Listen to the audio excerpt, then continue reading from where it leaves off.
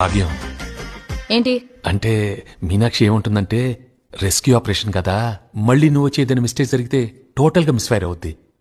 అందుకే నేను ఒక్కడనే వెళ్తే బాగో. నేనొక్కడనే రమ్మంటుందా? అది నీ చెవులో ఊదితే నువ్వు వచ్చి నా చెవులో ఊదుతున్నావు. అప్పుడే నువ్వు దాని కంట్రోల్లోకి వెళ్ళిపోయావా? అది కదే భాగ్యం.